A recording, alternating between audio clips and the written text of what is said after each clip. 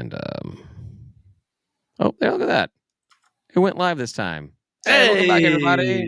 It's Last Call. We've just been chatting it up. You guys are missing most of Last Call. So Talk about the meaning of life, how many drinks you can have before you pass out. Look, you missed everything. Have you guys come across on your social media meanderings this guy called Cut the Activist? no. This guy is my spirit animal. His shtick for social media. I follow him on TikTok, but I think he's on. Is cut his name? It's a noun, not a verb. I believe so. Okay, Yeah. all right, that makes more sense. I'm like, is he Yeah. cutting activists? Like, what are you talking about? Like, what? Yeah, and he has multiple like IDs because like getting banned and whatever. But like, I think there are ones like drink like cut or something like that. But anyhow, I follow him on TikTok. I think he's on Instagram and Twitter as well. Either way, every day he makes a post and it's encouraging you to drink that day. It's drinking motivation. And I'm like, not that I need it, but this is my spirit animal. I love me some cut. There you go. He does it like in those kind of like motivational type thing. I can't drink today. It's only Monday, and like the bong. Don't act like that. Monday's the worst day of the week. You deserve a drink to get you into the week. You know, you had a great weekend with friends out and drinking, and now you're supposed to go cold turkey. No, you've earned a drink. Call up a buddy, meet at a bar, talk about your day. I think I actually have seen this guy. Yeah, he did one. I think he did one on Dry January too. He's like, Dry January. Why are you going to do that to yourself? You have so many reasons to drink. If you don't drink today, it's one less day you'll drink in your entire life. Think about that. Exactly. He's awesome. It's quite hilarious. Yeah. Well, I did see somebody like he posted one and it was like 11 in the morning, and someone commented, they're like, "Dude, it's 11 o'clock on a Thursday. Are you really drinking already?" And he commented like, I can film these videos ahead of time and release them. But yes, but and cheers to that. It's hilarious. Yeah. So what do we got? We're gone. Did it snow? Games. Come back for games. Did you get Monroe? snow? Not as much. I think as much snow the second time as we got the first time. Okay. I not as much here either. I was a little frustrated because we tried to do some box sledding here, the second one, and I just ended up hurting myself. Well, you are getting up there. It definitely wasn't enough. It snowed on Tuesday, right? 21st. Was that last Tuesday? No. Tuesday is when they called schools, but it started snowing at 3:30. Excuse me, 3:30 on Tuesday. Oh, my school was out on Tuesday still. Yeah, we were out on. I say Thursday, Tuesday. Tuesday school was called. School was called out of an abundance of caution. I have grown to hate the term abundance of caution. Oh my god, that is like you say abundance of caution, and I immediately hate everything that's going to come out of your mouth afterwards. I don't care what it is. Like, out of abundance of caution, we're going to give you $1 million. Like, fuck off. Did kids have school on Monday, MLK Day? No, school's out on Monday. We were out, and then they called it on Tuesday. But my kids were actually already home from school when it first started snowing on Tuesday. Okay. And then, of course, it snowed. So Wednesday they were out. Life is miserable. So it was like a 2-day week. My kids' school did this thing though, where they did a remote. I mean, there's my kid's school only has like 10 students right now. So, but it wasn't mandatory or anything. They were like, hey, if you want, they can visit, they hang out. And so my kid's just sitting there on a Google Meet playing Roblox with one of her classmates and just like having a good old time. I just sat her in front of the TV and computer and I worked. That was fine. I mean, that's fine. The older kids, that was easy. That was, they can take care of you. I got mine's 8 and my older ones are 8 and 6. That's I could toss them an iPad. I could put them on the TV. I could give them a game or a puzzle. They can entertain themselves. They'll just go upstairs to their room and play. That's fine. And it's the 2.5-year-old that becomes a problem when I guess back in the day when there was snow days, your parents couldn't go to work either. Everyone was home, right? Doing nothing. And we're all working from home now. Yeah, we're already working from home. Yeah. So, Fucking sucks. Yeah. So and then today it was like 70 degrees. That's wet weather. Atlanta weather, man. Atlanta.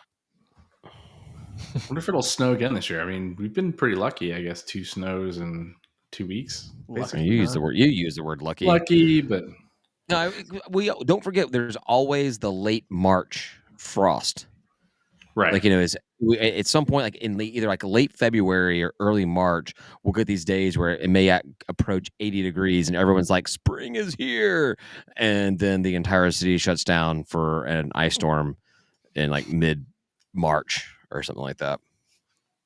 Kill off all the little flowers that started blooming. It's definitely going to be warmer for the Super Bowl this year than it was last year because it was freezing last year and rainy. Yeah, but the Super Bowl's in New Orleans, so it's going to fucking suck anyways. And it's just a rematch of, what was it, 2 years ago?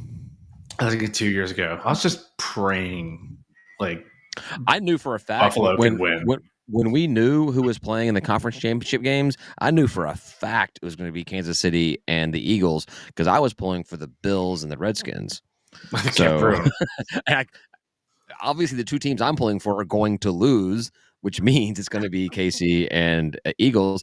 But I don't care what people say about what Taylor Swift is doing for the NFL. I am rooting against the Eagles big time. Well, they're pretty terrible. They're easy to root against. They have the second worst fan base outside of New Orleans. So, oof, that's a lot. And honestly, it's not even the fans' fault for New Orleans. It's New Orleans' fault, like at least they have New Orleans to blame. Like if they could just get rid of New Orleans, the Saints would be okay. Have you been to Philadelphia? It's not a pretty place. It's not shit. Where I stayed, it was shit.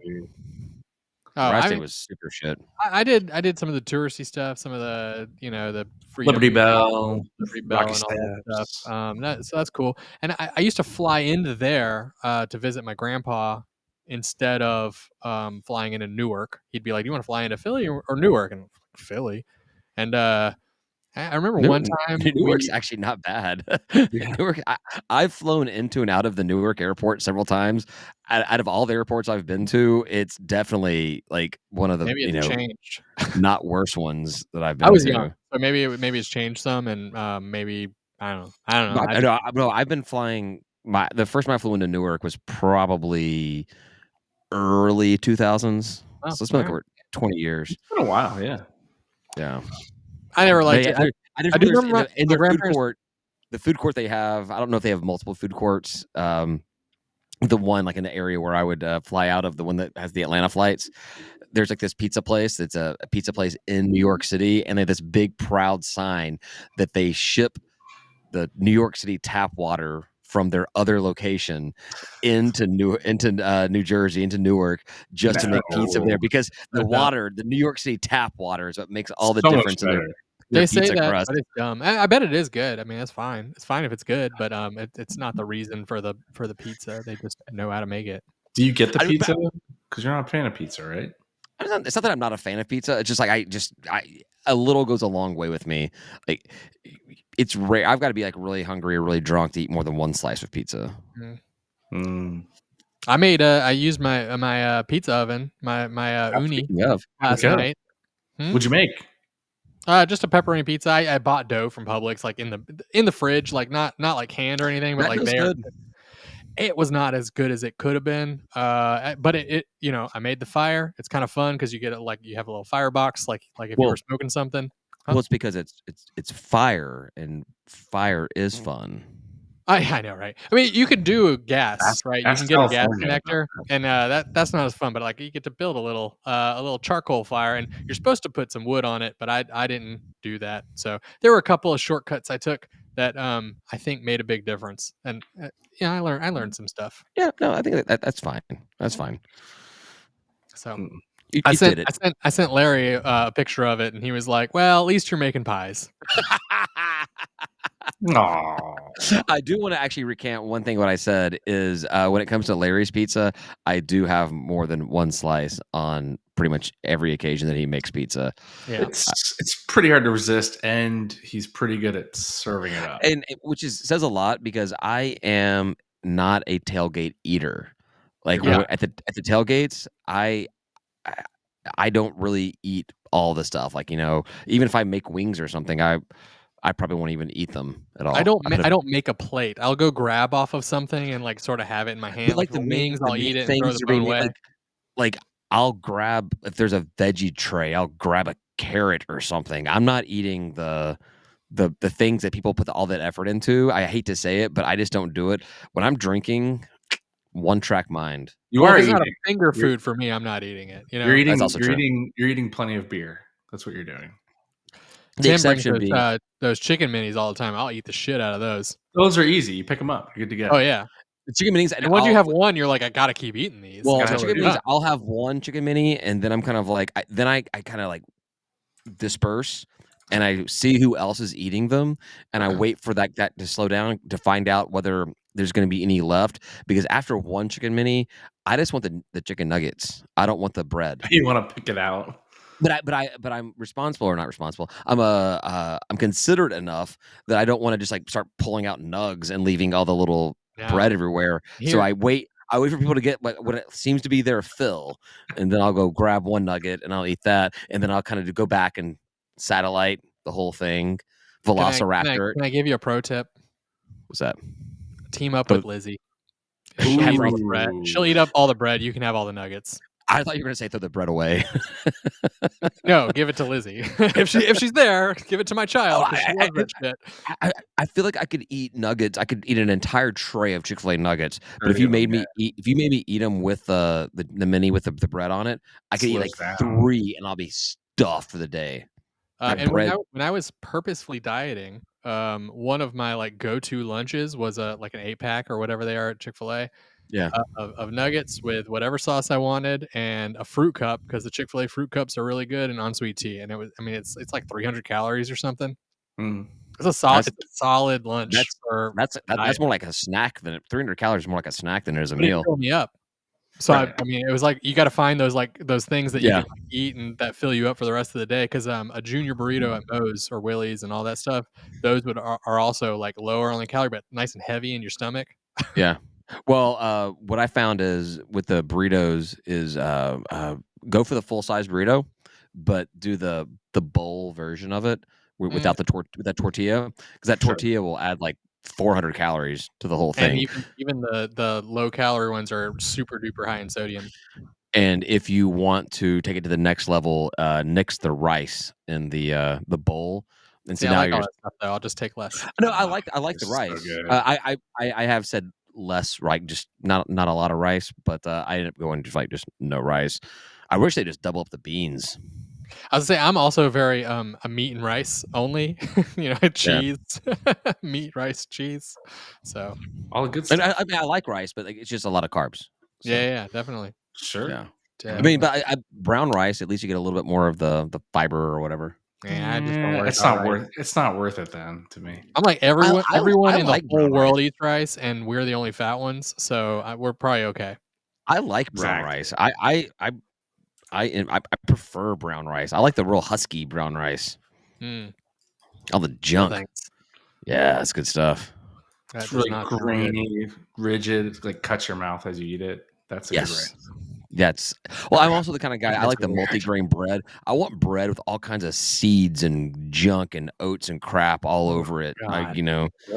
You're drunk, David. Go home. No, trust me. I ask him next time, like, what kind of bread is David like? Oh, it's gross. It's got to be covered in a bunch of weird stuff. I like the multi-grain bread. No, thank you. Yeah. What's that sound?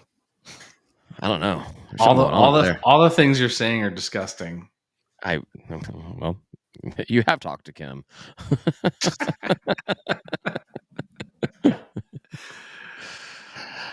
Cut it off. We good? Probably. You got a cruise to pack for me. Yeah, we seem good. Yeah. All right. Thanks, Ray, for listening. We'll talk to you, or they'll talk to you next week. And stuck with us. Say goodbye, guys. Goodbye, guys. Peace.